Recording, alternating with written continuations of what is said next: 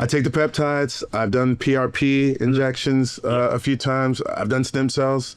Like I've done like, you know, is that gonna help? Hit me up, you know what I'm saying? Like spread it out, you know, as much as possible. But like I think the peptides have been very, very helpful. Yeah. I think the PRP has been very, very helpful too. PRP is great, yeah.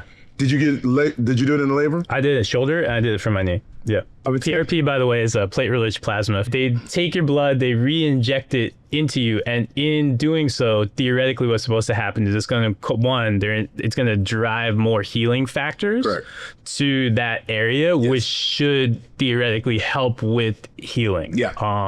And it leads to between that to BPC. So you're kind of doing all the things. Doing a lot. I mean, listen, I am blessed to be in a place where I was like, I can do it.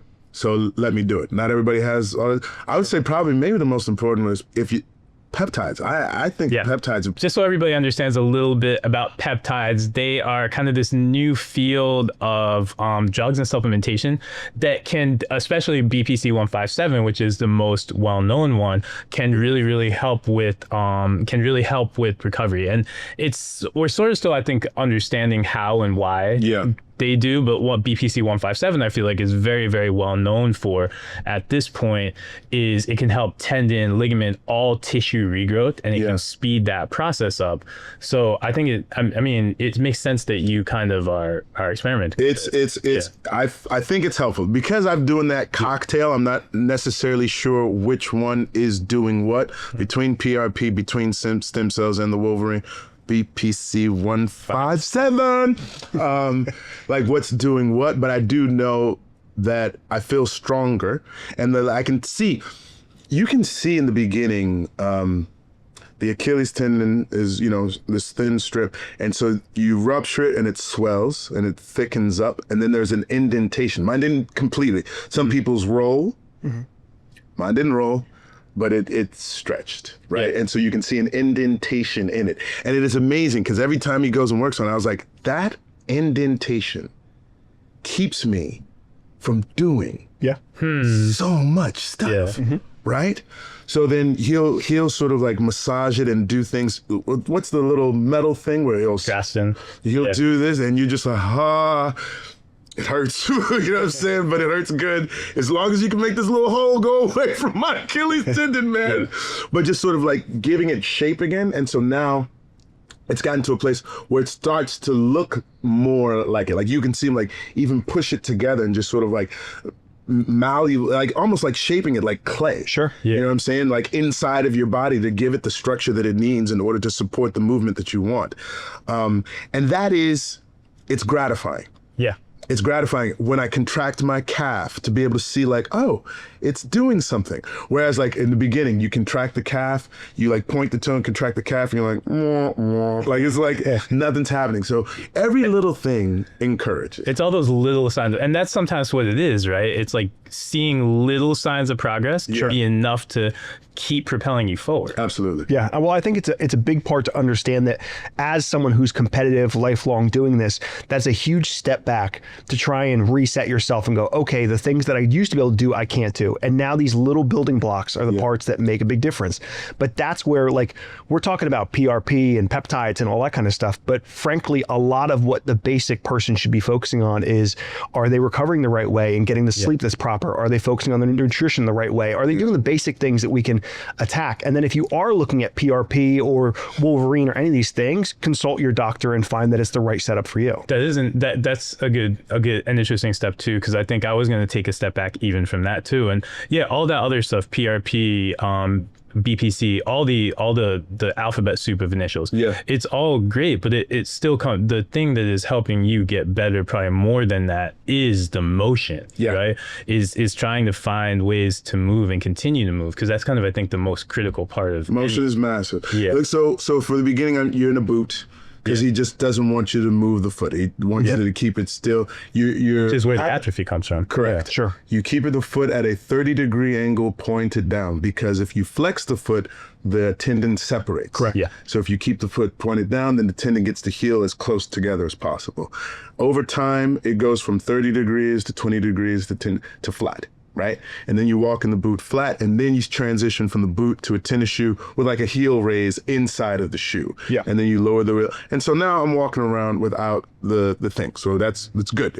Everything is progressing the way that it's supposed to progress.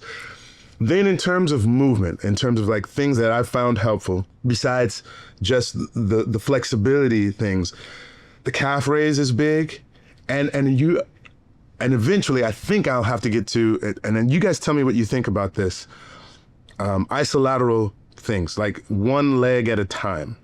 Because I think the right leg has probably been compensating a lot for the left leg over time, and really getting that left leg as strong as possible, not doing it too soon. Because right now I do calf raises and I can tell it's like 70-30, right? And you ultimately want to get to a place where it's 50-50. But I also you don't want to do it too soon. Sure. You know what I'm saying? Like, make sure you talk to somebody as you do. Because like I was telling him about stuff I was doing without talking to him. And he's like, why are you doing that? Like, what? Because I always say, like, how I know that I'm strong is if I can carry like my body weight in like both hands for like a minute. You know what I'm saying? Yeah. So I was like, how much of I was like, I'll do half my body weight like with this Achilles and see how he's done. And then he goes, how are you doing that? Yeah. I said, just walk. So I would be interested to hear from David, when you think about like the pattern of rehab for guys, what do you think of it? So I think that there's obviously a trajectory you're going on with that, right? And it goes with walking in space, understanding that life in time is multi-directional. So like we talked about before, like month 12 and beyond is how am I able to move in multi-directional spaces? Yeah. But for you, when it comes to walking, it's walking, changing that heel height. And then especially with like, if you're doing treadmill walking, treadmill running, it's adding a slight incline as well. Yes. Right. So you got to understand that if you're walking on a treadmill, it's inherently different from walking outside. When you're walking outside, you need to also propel yourself forward, where a treadmill belt is moving under you and it's doing that task for you. So when someone runs a 5K on a treadmill, it's not the same stress as running a 5K in person on asphalt and that ground contact that you have. So the grass, the shoe, the asphalt, those things compound on what your body actually feels. But then working on the unilateral stuff, that single leg, that challenging stuff that's half the weight and it's twice as challenging and very humbling. Yeah. That's where you start to really attack some of those things. So specifically like parts of the hip, like gluteus medius, is a single leg muscle. It's one of those that only jumps in when you're not bilateral because it has to support the hip. But you get that best when you're doing step ups, step downs, single side activity, which gait patterning and walking is a single leg activity. Right. Jogging is a single leg activity. So it really translates very well. Yeah, I think to me, when I think about especially like Achilles, and again, I think this affects so many guys, right? I think about how we slow down a lot, because the Achilles injuries happen. Most injuries happen because the forces we place on a muscle or a ligament are greater than the forces that ligament can take. So ligament's like, okay, I'm quitting on you, right? Right. And when you come back from that, I think it's kind of a pattern, right? It's like you've gotten to the point where you're starting to create some mobility and flexibility and movement and strength in there very slowly, right? With those calf raises, right? The next step is, can we start to create that a little bit more quickly? Right? So can we get that calf raise a little bit more explosively? And then after we can do that, we have to start to, can we land on it, right? And that's like, when you talk about going upstairs is easy, right? Going downstairs is hard. The reason going downstairs is hard is because there's 9.8 meters per second squared of gravity coming down on you ever so slightly, so it's a little bit more weight on that. So that's why you have to be so careful. Now, what I would say is the important thing in a rehab situation like that is understanding that you need to be able to learn how to absorb the land before you do the jump. Because so many people are trying to jump and work on little hops, but you need to understand how to actually absorb that quick force to decelerating very fast. And once you can do that, then you've earned the right to jump. So you find these people that are jumping on the boxes and trying to see what they saw on Instagram, and they don't know how to land properly. And those mechanics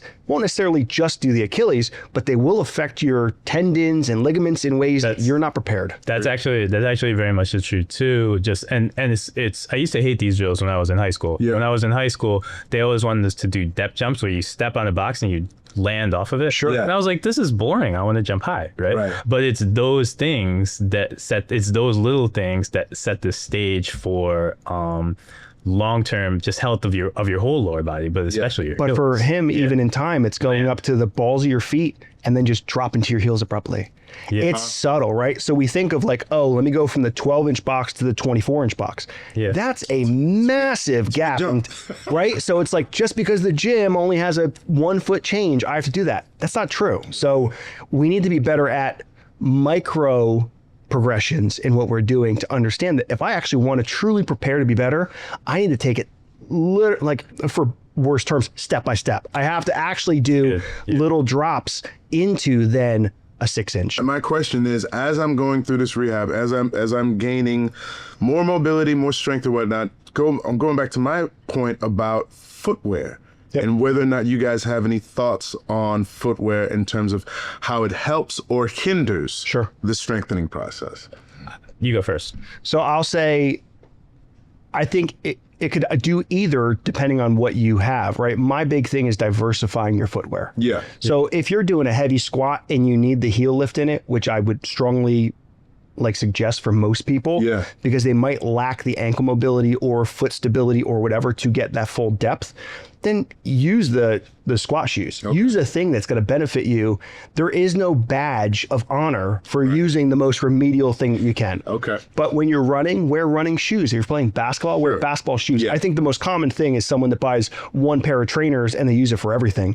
And that's not what it's built for. So if you have a tool, it's built for a specific task. Just make sure you're diversifying that. And then when you're in your home, walk bare feet, allow your body to actually start doing that. And I think that most people beyond that situation can benefit from doing 3 sets of 15, 3 sets of 20 calf raises on their front step or on the steps inside, just to keep the ankle and foot strong, aware, and ready to go on a daily basis. Well, I wear a different pair of shoes every single day of the year because I like to show off my massive collection of shoes. You have that many shoes? Yeah, but you probably have that many shoes too. No, bro. No? Amazing. That's a lot. I mean, it's excessive. It's a little excessive. It's a lot of Jordan. It's like, but to your point though with footwear, I kind of agree with David too, right? It is like I think you want to train, you want to be prepared in all sorts of different footwear, right? Yeah. Wear it for what it's useful, right? If you're training barefoot, if you're training basketball drills barefoot, there is some benefit to that in terms of your foot health and letting things spread out, right? But at the same time, when you get yourself back on the basketball court, what are you going to wear? You're going to wear basketball shoes. So it makes sense to spend some time training in both situations. I think the biggest mistake people can make is only training and doing everything in one kind of shoe, right? I do think in general, like living your life, minimalist or something closer to minimal as opposed to those giant fat heel hokas, which are you don't want to stand on a dad people. Yeah. In general, that's like a better way to kind of live your life and keep your foot healthy. But again, you want to get back to playing basketball, which we're all rooting for, right? So I think you want to like spend some time in basketball shoes, spend some time training barefoot, and spend some time in a good cross trainer because that's going to be the optimal way for you to get most of your workouts done. I'm curious, you mentioned one other thing about lateral quickness at one point, or moving laterally. What about? And I think you said it was like a point that you thought not enough people do. I think most people in the gym, folks who are lifting to get strong or whatnot, I think if you're lifting to be an athlete or if you're training to be an athlete, you recognize inherently the importance of lateral movement.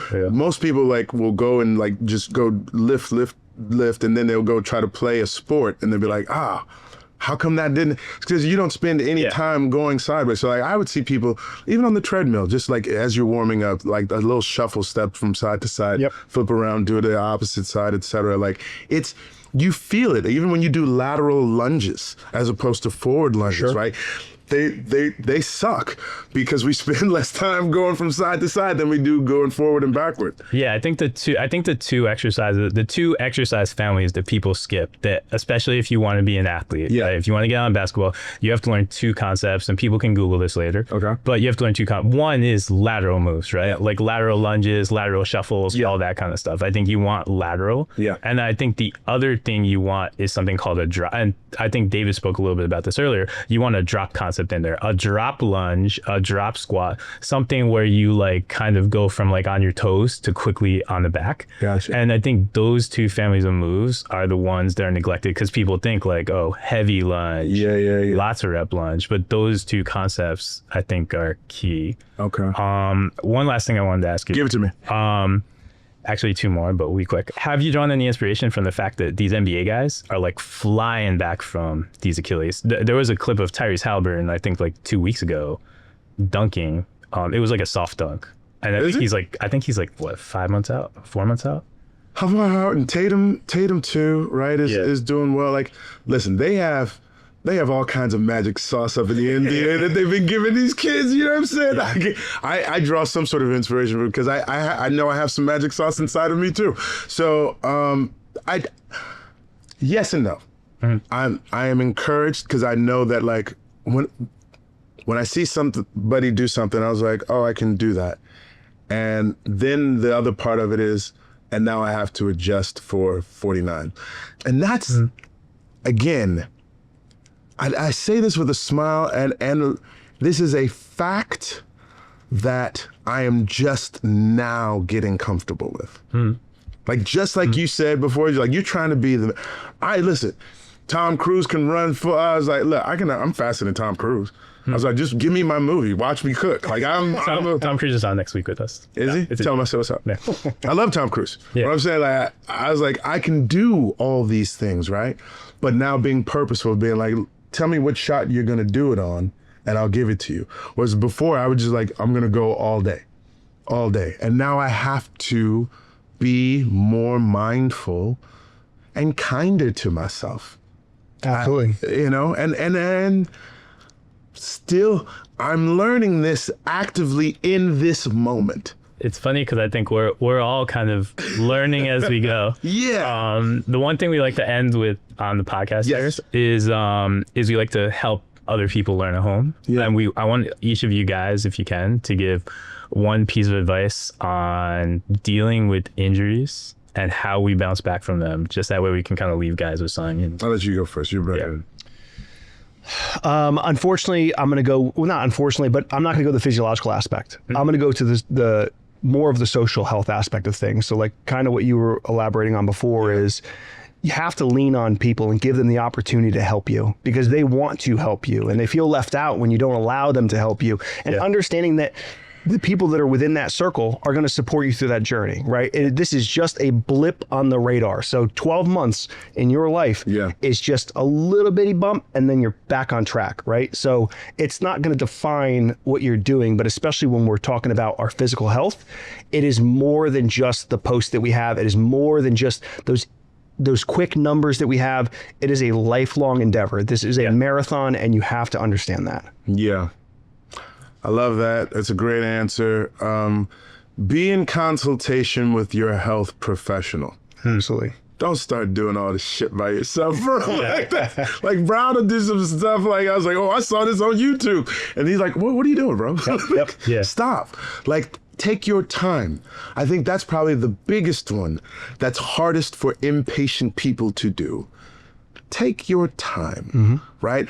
Think about what else is available to you. What is the universe giving you an opportunity to contemplate in this moment of stillness, right? There's a lesson to be learned if you are open and receptive to it. Tune into that and be patient. Love it. Yeah, and honestly, mine is very similar to that because I think to what you guys said, every injury, when it's serious, it's a lifelong process. You have the injury, and until the day you're done, you're going to kind of manage that injury, but you also get all the wisdom that came with that injury. I think every injury we have is an opportunity to plug into a 2.0, and it's a long-term thing that we can then take that knowledge and everything you've learned from this Achilles, everything you are learning when you do step out on that basketball court, because there will be a point where you're cooking all those kids again. When you do step out on that basketball court, you'll have a better warm up. You'll know all the stretches. You'll know all the things. And when you have that feeling, you know how to step back. So I think we have to use the wisdom that we get from every injury in the long term, and it'll keep us stronger for it. And the only thing I didn't get to mention on this podcast was how psyched I am for the Voltron movie.